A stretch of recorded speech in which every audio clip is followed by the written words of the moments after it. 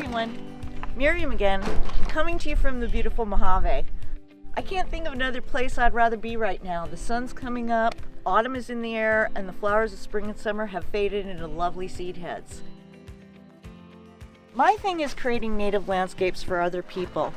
And we're here today on my own property where I try out plants and test ideas for arranging them. And if there's one thing I've learned from doing this, it's that having an attractive garden in our harsh desert means listening to what nature says first.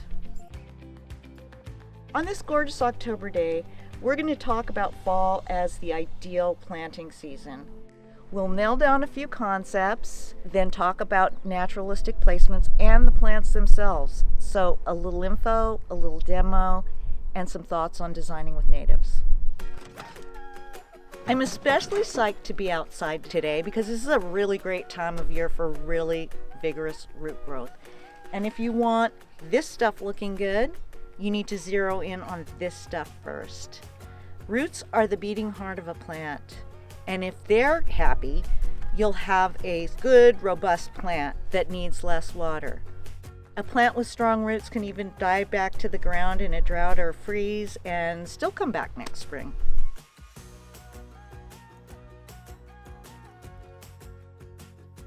So what's the big deal about fall? Well, for one thing, up to 80% of annual root growth happens in desert plants. That's pretty good. The soil is still warm, and there's a stretch of mild weather ahead. When temperatures start cooling, metabolism slows, meaning that plants require less water, and that's a big relief to anyone who's trying to get a new plant started. Besides, Mojave natives evolved with winter rain patterns, and by pushing out new roots in fall, they'll be ready to lap up some deep soaks. Check it out, just one rain in late September brought out-of-season blooms of mountain sage, mallow, datura, and even Mojave aster. Overnight, we had seedlings yucca, senna, brachalia, creosote, cholla. They're all over the place. By next spring, what we're planting today will have had several months plus a rainy season to root, and that's a really good start for a plant. So there are a bunch of reasons why fall's the perfect time to plant. And that's not even mentioning the mental and physical health benefits that we get from being outside in changing seasons. Now that's not to say that I won't be out here digging in spring when roots also grow, because you know I will be. But those spring plantings will have to split their resources between roots and flowers, so they'll be slower. And with less time in the ground before it's hot again, they'll need more watering and fussing to get them through their first summer. Before we start planting, let's go check the plants, see if they need a little prep.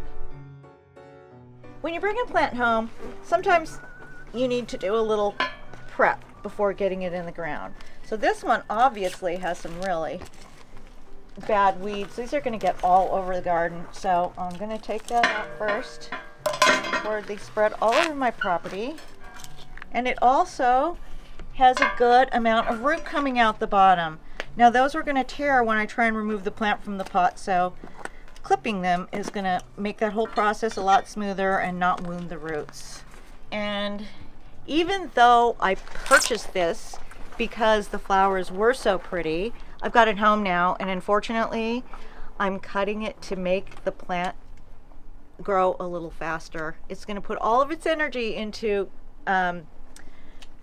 transitioning into the ground, and it's going to be able to concentrate on that, and transplant shock is going to be reduced. So all these little flowers and buds are getting pinched off. Now the point to cut at is right here where there's a leaf coming out of the stem, because that's the point where new growth is going to come from. If you just cut in between those 2 points, like right here, you're going to have a stubby end and you're not going to get new growth from it. But right there, you'll get a whole bunch of stuff coming out of it. And in some cases, this is a good chance to just clean up the plant. If it looks like it's misshapen or sprawled, you can take some of these and, don't be afraid to just cut them to the ground if you think that the plant's going to have a better shape next spring, because that's going to dictate what it looks like for the rest of its life. Oh, buddy, this hurts me more than it hurts you. Ouch. Oh, here are a couple more. And I'm going to pinch the buds off here. I'm just going to pinch them off so this plant doesn't try and make flowers. All done. This is a pop quiz. Which of these brittle bush would you plant? And probably because that was framed like a trick question, you might have picked this one, which is the one that I would have picked actually, because you can just tell by looking at this one that the proportions of the size of the plant to the can are kind of off. They just look wrong. There's way too much plant here, and I can guess that there's a tangle of roots inside that aren't very well managed. There's also a stick here supporting the stem, and that's a tip-off that it's a weak plant that's going to fall over. So we can still plant it, but I'm going to cut this one back really severely, again to the leaf joints. And I'm not going to think about what it looks like in the ground this fall. I'm just going to think about summer. I'm going to leave a little bit of leaf so there's something there to feed the root. So we're doing, kind of major surgery here, but as long as you keep coming to where there's new fresh growth coming down like that, you are going to get some nice bushiness next year. Anything dead or struggling should come off. You can also do this with your plants when they're in the ground. If you've let them go too long, or if they really got beat up over the summer, just give them a little haircut and they'll feel better.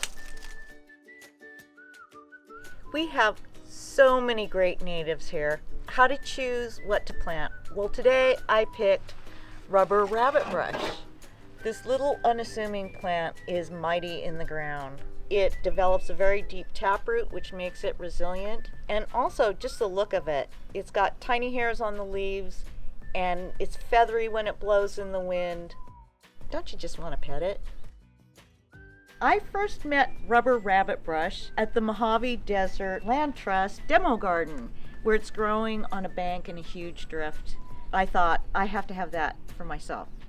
And this, if you've ever heard the expression, right plant, right place, this turned out to be the right place for this plant. They really thrived back here. This is the first one that took off 3 years ago. This one was planted 2 years ago in fall, and this one 1 year ago.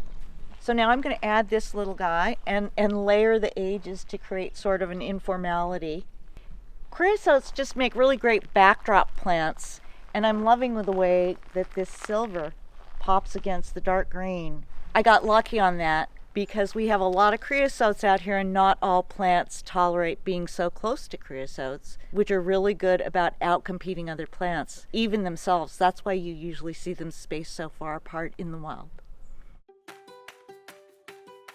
What I like to do is set out all my plants first, take a beat to walk around and make sure they look good from all angles. I'm going for a natural effect, so I'm checking that they don't accidentally line up in rows or feel over-designed. Because the funny thing is, the harder I try to make things look natural, the more I seem to end up with something contrived. So just flow around it a few times and try not to overuse your brain. That's what's helped me. I want to fill these all in to create an informal pathway, like a trail of breadcrumbs, to invite people back to explore the other areas of the garden.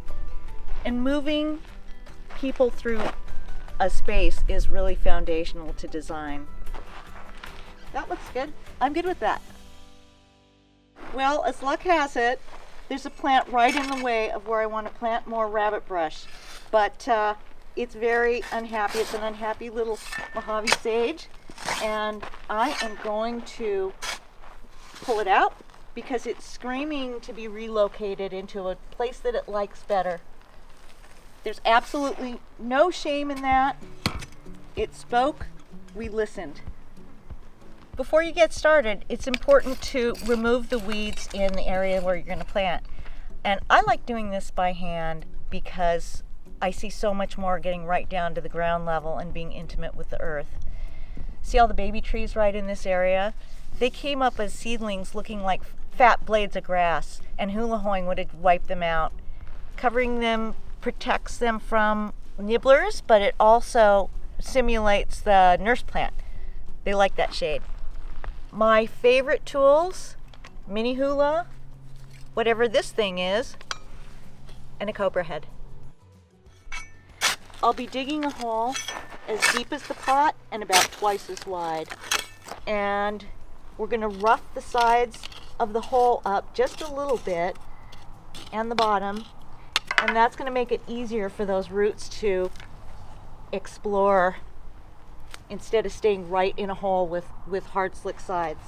And now a test run to adjust the height as needed. You can pull a little more out of the bottom or add backfill. Never plant dry. Pre-watering creates a reservoir of moist soil for my new plant to fall back on for its first few waterings. I'm going to fill this completely and then let it drain.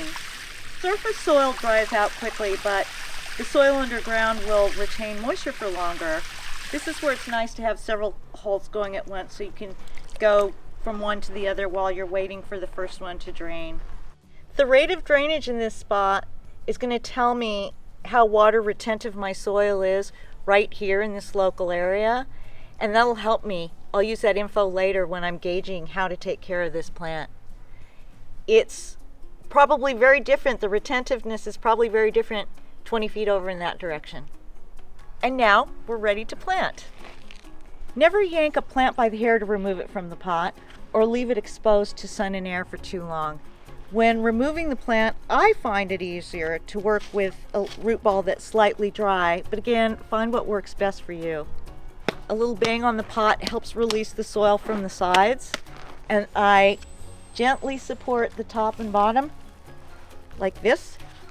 This one's not coming out as smoothly. Oops.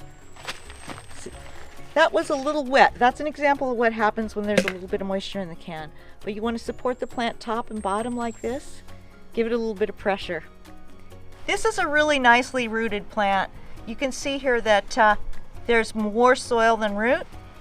And this is kind of a normal condition, but it helps to do a little bit of teasing out of that stuff.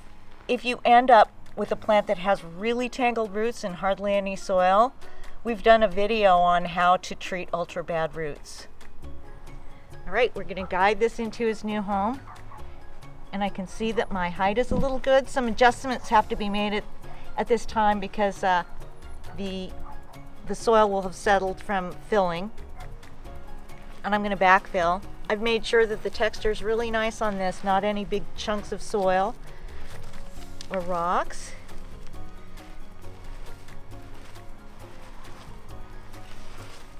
And I am going to water this backfill as I go, because pockets of air can get stuck down there and dry soil can actually lift water, which that can happen if you just water all at once at the end. So you want to start with some nice moist soil. Then I do a little compaction and then watering again. Those little pokey holes make great places for the water to percolate down in.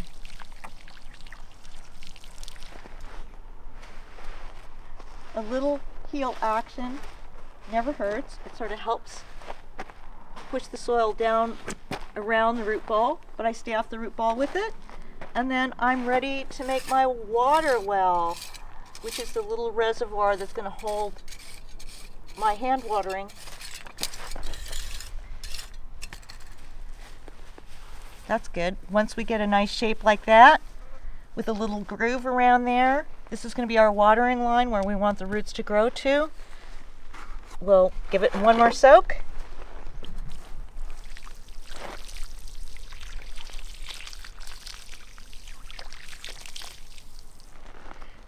That holds nicely.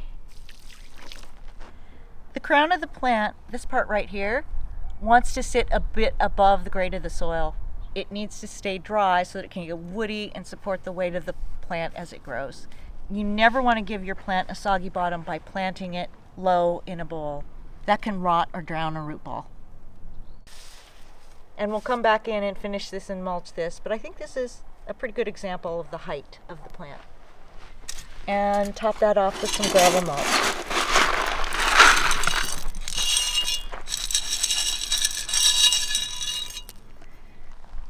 If there are a couple of larger rocks within arm's reach, your plant will appreciate a little bit of extra weight to keep it stable, and this will also shade the soil a bit. It also helps fill in this area, which is going to be a bit empty until this plant gets up to size. Now, right here, this is another nice little thing that I can use to fill the space, and it will act as a hotel for lizards and bugs, and that's going to help control the population of pests in the garden. As for watering, well, there's no one-size-fits-all formula because watering needs vary according to weather, soil, and plant. But as my starting point, I'm going to water enough to keep this plant barely damp but never soggy for at least a month. And part of that regime is going to be a once-a-week deep soak. If a moisture meter works for you, go for it. I just use my hand to test for coolness underground. And the eagle has landed one step closer to my dreamy drift of rabbit brush. While we're at it, let's plant a Palmer's penstemon. We have so many great Mojave penstemons to choose from. And if you love hummingbirds, butterflies, and showy flowers, trust me, you're gonna want at least one kind in your garden. Palmer's is nicknamed balloon penstemon because the mature plants get really tall flower spikes that make the blooms look like they're floating in the air. This is one of the easier native plants to find because a lot of nurseries grow it, which is usually a tip-off that it's a forgiving plant. Like a lot of small, profuse bloomers, the Palmer's penstemon is a short-lived perennial. That means it's only going to last for a few years, maybe 3 to 5. But that's not a problem because you can see here where one has died and dropped a lot of seed. It produced these 1, 2, 3, and 4 seedlings. So it's actually not just replacing itself, it's filling out in the garden.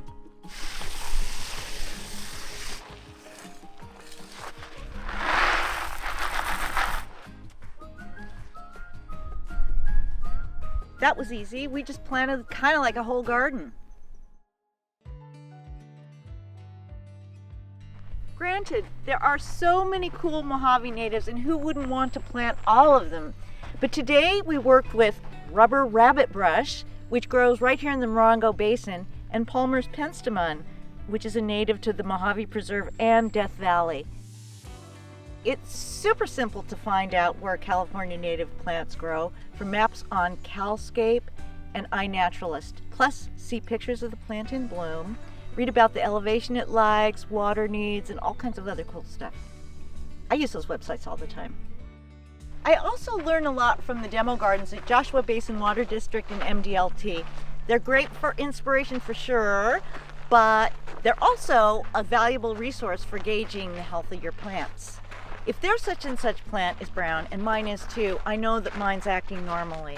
If theirs is vibrant and mine's not, then I know it's time to go to Plan B for that plant. And before we call it a day, let's wrap up with a couple of thoughts about achieving low-maintenance native landscapes. Ease into it by starting with your existing natives. Just a little bit of supplemental water is going to pop those things up and you'll have an instant garden. Then build around the structure that they create. For starters, cat's claw acacia makes a dramatic centerpiece tree. Just prune out the inner branches and you get like the world's largest bonsai. Then we all have creosotes.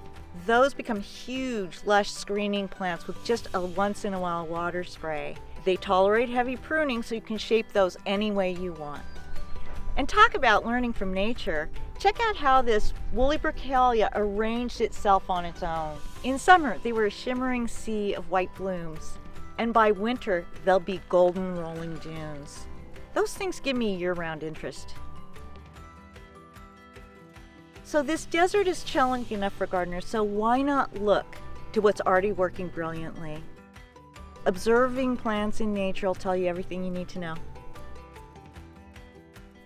That was a lot to cover, and there's still so much to say. Hope this answers some of the questions we've been getting, and we'd love to hear from you about what you'd like to hear next. All of us from MBCA wish you happy planting.